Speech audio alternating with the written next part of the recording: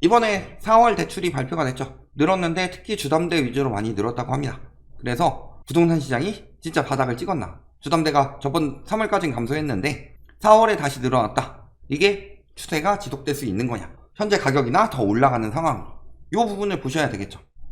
자, 그래서 보시면은 제가 어제 새벽에 기사들 보다가 승질이 나가지고 영끌족 돌아왔나, 다시 영끌할 때 왔나, 이런 기사들이 나오고 있습니다. 그래서 보면은 주택담보대출이 2조 8천억 원이 올라가면서 가계대출 증가세를 이끌었다. 4개월 만에 증가세로 돌아선 동시에 최대 증가폭이다. 가계대출도 지금 막 주담대가 다시 막 활성화되면서 사람들이 집을 사고 있다. 그러니까 사실 대출 여력이 저희는 계속 안 된다고 주장을 하고 있었죠. 아니, 지금 집을 산 사람들 DSR을 보면은 주담대 차주의 DSR이 60%나 된다. 그런데 그때 20년, 21년에 살 사람들은 영끌해서 사니까 그렇게 된 거고, 그렇게 했는데 지금은 그 사람들 여력이 안 되죠. 그리고 그때 못 산 사람들은 지금도 당연히 여력이 안 될 것이고, 그때 상황 봐서 아니다 싶어서 안 산 사람들은 이 가격에 살 리가 없다. 그런데 여력이 되잖아, 영끌할 수 있는 여력이 더 되는데, 이런 이야기들이 지금 흘러나오고 있는 거죠. 근데 내용을 잘 봐야 돼요. 그래서 보시면은 가계대출 8개월 만에 다시 증가했는데 1금융권 늘고 2금융권 줄고, 주담대는 전세대출이 1조 7천억 원, 집단대출이 4천억 원 감소를 했는데 일반 주담대가 3천억 원. 자, 이건 매우 소폭이죠.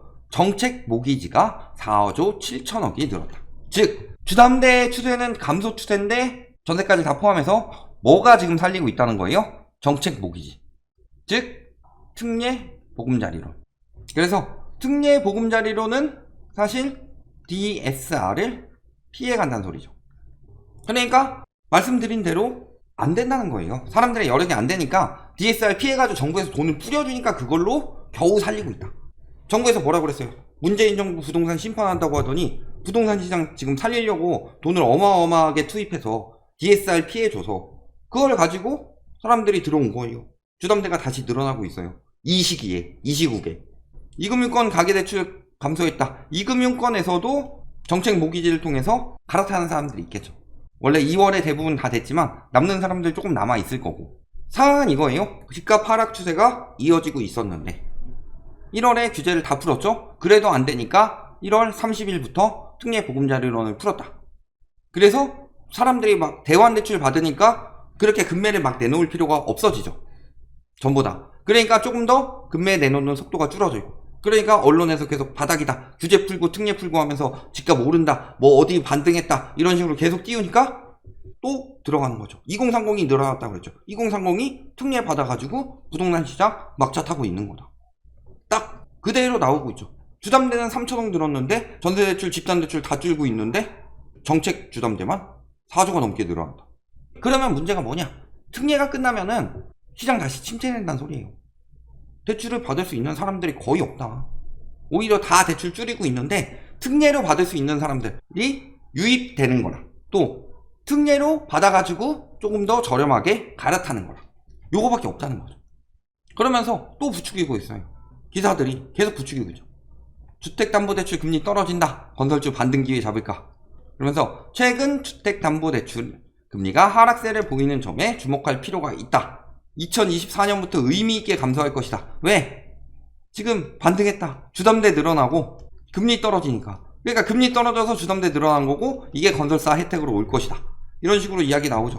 주담대 금리가 등락하기 시작하고. 근데 지금 주담대 금리가 떨어지는 것은 사실 시장 금리가 떨어져서가 아니라 관치금융으로 누른 거죠. 그렇잖아요. 관치금융으로 눌러서 주담대 금리를 잡은 건데 요거를 일반적인 상황으로 보면 안 된다. 왜?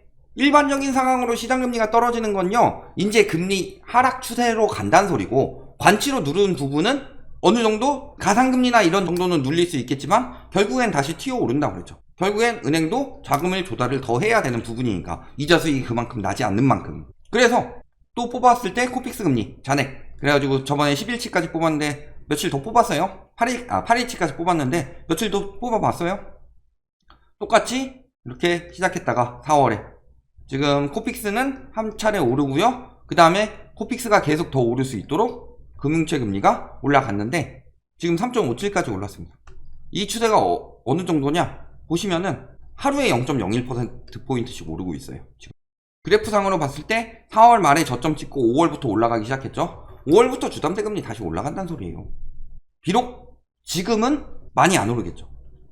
보시면은 그래프는 항상 이렇게 이제 점점 무뎌지다가 점점 빨라지죠. 항상 이런 식으로 가기 때문에요. 요 이제 4월 말을 기점으로 다시 1월 방향으로 데칼코마니처럼 금리가 다시 칠 거다. 그런데 주담대 금리가 더 떨어질 것을 예상하니까 건설주를 사라. 더 떨어질 것을 예상하니까 미분양이 해소가 된다. 적어도 경제를 다루는 사람이라면 저런 거 보고 파악해서 이야기를 해야 되죠. 그러니까 실질적으로는 지금 계속 부추기는 게 뭐예요? 거래량 늘어났다. 거래량 뭘로 늘렸어요? 지금 보셨죠? 주담대 다 뭘로 늘어났어요? 특례보금자리로. 그 다음에 금리 억지로 낮췄는데 금리 다시 치고 있죠. 그러면 더 받기 힘들어진다는 소리예요. 그러니까 이 타이밍을 알고 오른다 하고 있는데 사람들은 뭐 하려고 하고 있다? 팔려고 하고 있다. 그래서 뭐 조금 줄었다가 다시 늘어나게 됐지만 보시면은 5월 초까지만 해도 62,000건이었는데 계속 5월 내내 3월, 4월, 5월에 계속 오른다고 했는데 벌써 5월 12일까지 1,800건이 늘어났다. 그리고 전세도 뭐 줄어든다 하지만 감소폭이 생각보다 크지 않죠. 이제 전세 감소폭이 슬슬 줄어들고 있다. 월세는 뭐 거의 그대로고 이렇게 되어가고 있다는 소리죠. 즉 특례빨 끝나면 끝이에요. 특례를 더 풀 수가 있느냐 이게 문제죠. 그럼 정부에서 부동산 살리려면 얼마든지 더 풀 수 있다. 근데 더 풀 수 있어요 지금? 자, 나라 살림 적자가 지금 54조 원입니다. 올해 얼마 정도 적자가 날 것이다. 요거에 벌써 90%가 넘어갔어요. 93% 정도로 초과를 했는데 돈이 어디 있어요? 국가에. 지금 54조가 90% 정도면은 많이 남아야 한 6조 정도 남았는데 지금 한 달에 특례보금자리로는 4조 빠져나갔죠? 그러면 그 남은 6조를 다 특례로 돌린다고 하더라도 한 달 반도 못 버틴다. 그럼 그만큼 또 버티고 끝이죠. 이게 지금 데드캣 바운스인 것 같아요. 데드캣 바운스였으면 이미 올라갔어야 돼요. 데드캣 바운스를 만들려고 하고 있는 거고. 근데 기존 특례는 지금 굉장히 많이 소진이 됐습니다. 2월에만 절반 가까이 소진이 됐고 2월에만 40 몇 프로 소진이 됐고 3월에 또 한 20% 소진됐죠. 4월에 굉장히 많이 받았으니까 4월에는 한 20, 30% 소진됐을 거다. 그럼 거의 한 1, 20%밖에 안 남았어요. 돈을 어디서 더 받을 거예요?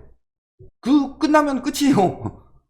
핵심은 부동산의 유동성이 얼마나 흘러 들어와서 올릴 수 있느냐. 그러니까 사실은 원래는 2018년 말에 5점 찍고 떨어지는 거였는데 코로나 터지면서 세계적으로 유동성을 어마어마하게 퍼붓고 금리를 낮추니까 우리나라도 대출 유동성이 어마어마하게 들어와서 친 건데 사실은 이것은 들어가면 안 되는 장이죠.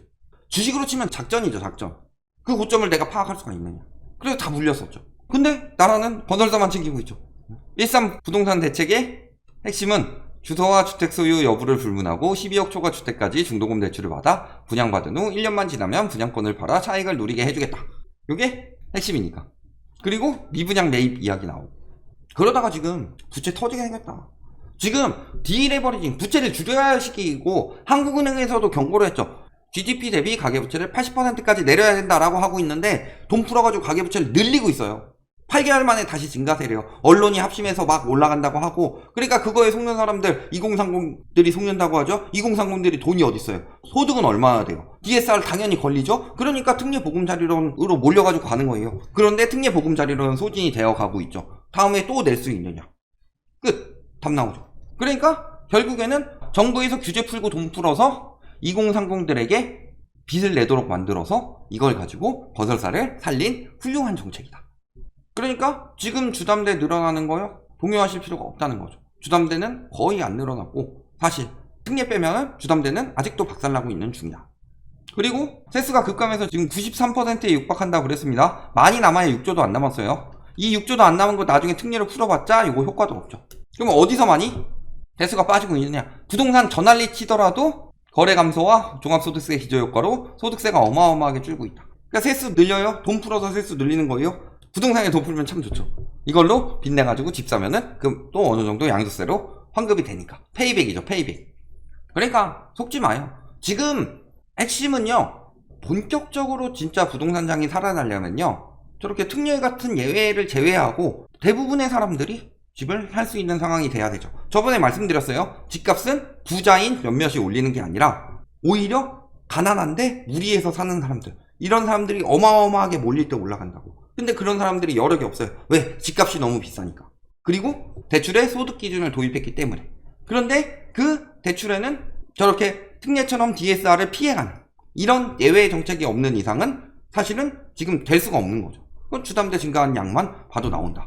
자, 요즘에 그런 기사들 계속 나왔어요. 특례 보금자리론보다 시중은행이 더 대출금리가 낮다. 특례 보금자리론이 효과가 있겠느냐. 이런 기사들 계속 나왔는데도 시중에는 3,000원, 특례 보금자리론은 4조 이상. 이것만 보더라도 답이 나와요.